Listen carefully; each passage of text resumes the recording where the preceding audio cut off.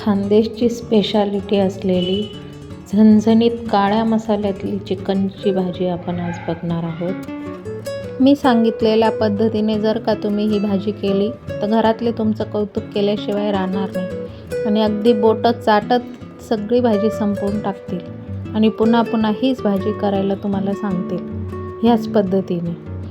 तर चला तर मग रेसिपीला सुरुवात करू। नमस्कार, मी मनीषाच किचनमध्ये तुमचं स्वागत आहे। आज आपण खानदेशी पद्धतीने चिकनची रस्सा भाजी बघणार आहोत। सोबतच खूप साऱ्या टिप्स आणि ट्रिक्स मी तुम्हाला सांगणार आहे। चला तर मग रेसिपीला सुरुवात करू। तर इथे मी 1 किलो चिकन घेतलं आहे। ते चिकन आधी आपण शिजायला टाकू।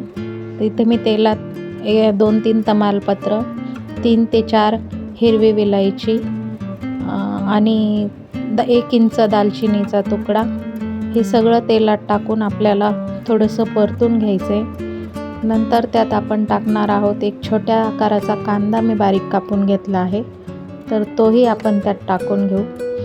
कांदा टाकल्यानंतर तोही सोनेरी रंग होईपर्यंत आपल्याला परतून घ्यायचा आहे।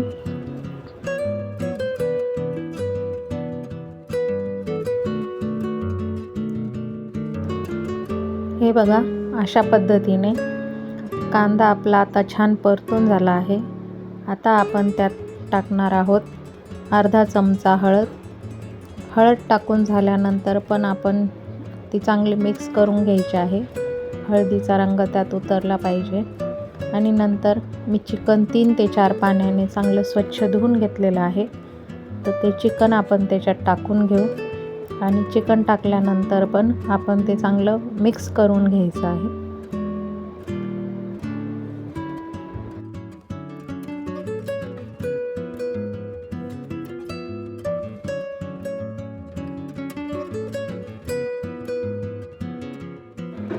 चिकन छान परतून झालं की आपण त्यात घालणार आहोत 1 चमचा मीठ। मीठ टाकून झाल्यानंतर पण आपल्याला 2 मिनटं ते चांगलं परतून घ्यायचं आहे, म्हणजे मीठ सगळीकडे पसरतं। मीठ मिक्स करून झाल्यानंतर आपण त्याच्यावर झाकण ठेवणार आहोत आणि झाकण ठेवून आपण त्याला चांगली 10 मिनटं चांगली दणकून वाफ काढून घेणार आहोत। पाणी टाकण्याची घाई करायची नाही। 10 मिनटं मिठातच शिजू द्यायचं, म्हणजे पीसला मीठ चांगली चव उतरते मिठाची आणि खाताना मग ते पीस आळणी लागत नाही। तर हे बघा, मी झाकणातच पाणी गरम होण्यासाठी ठेवून देते। 10 मिनटानंतर हेच पाणी आपल्याला भाजीला शिजण्यासाठी टाकायचं आहे। तर भाजी शिजते तोपर्यंत आपण मसाल्याची तयारी करून घेऊ।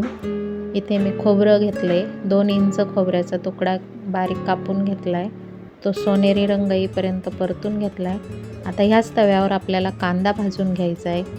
कांदा, लसूण, आलं एकत्रच मी भाजून घेणार आहे, त्यामुळे काय होतं सगळ्याचाच कच्चेपणा जातो आणि चव चांगली लागते। हे बघा, कांदा मी चांगला सोनेरी रंग येईपर्यंत परतून घेतला आहे। कांदा जास्त करपवायचा नाही, नाही तर मग भाजी कडवट लागते। सोनेरी रंगावरच कांदा भाजायचा आहे। आता तो आपल्याला मिक्सरच्या भांड्यामध्ये सगळंच एकत्र करून मिक्सरला छान बारीक पेस्ट करून घ्यायची आहे। कोथिंबीर पण टाकायची त्यात स्वच्छ धुवून आणि 1 मूठ भरून कोथिंबीर त्यात टाकायची। तर हे बघा, असं आपल्याला बारीक वाटण तयार करून घ्यायचं आहे। आपली भाजी पण आता शिजली असेल, आपण ती चेक करू। हे बघा, छान शिजली आहे आपली भाजी। आता मी काढून घेते आणि त्याच पातेल्यात भाजीला फोडणी देऊ। इथे मी 2 पळ्या तेल घेतलं आहे। तेल गरम झालं आहे, त्यात आता वाटण टाकून घेते। वाटण टाकून झाल्यानंतर ते पण आपल्याला सोनेरी रंग येईपर्यंत चांगलं परतवून घ्यायचं आहे। वाटण सारखं ढवळत राहायचं, करपू द्यायचं नाही। तर हे बघा, आपलं वाटण पण आता छान परतून झालं आहे, तेल सुटलं आहे। तर इथे मी घेतला आहे 2 चमचे काळा मसाला।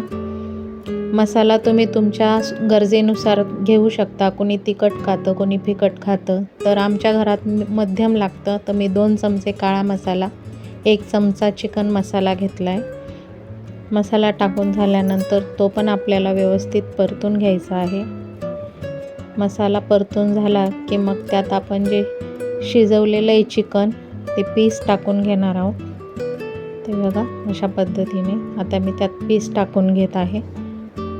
पीस टाकल्यानंतर पण आपल्याला ते 2 मिनिटापर्यंत चांगले परतून घ्यायचे आहेत.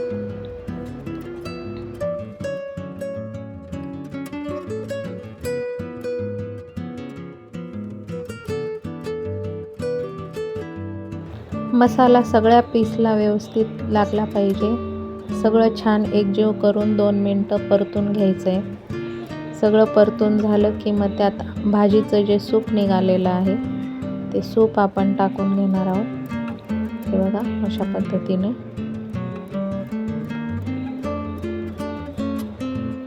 मी आता सूप टाकून घेते त्याच्यात. नंतर आपल्याला लागेल तेवढं पाणी टाकून आणि रस्सा बनवून घ्यायचा आहे. आपल्या गरजेनुसार आपल्याला कमी जास्त किती लागतं तेवढं पाणी, गरम पाणी टाकून आणि रस्सा तयार करून घ्यायचा आहे.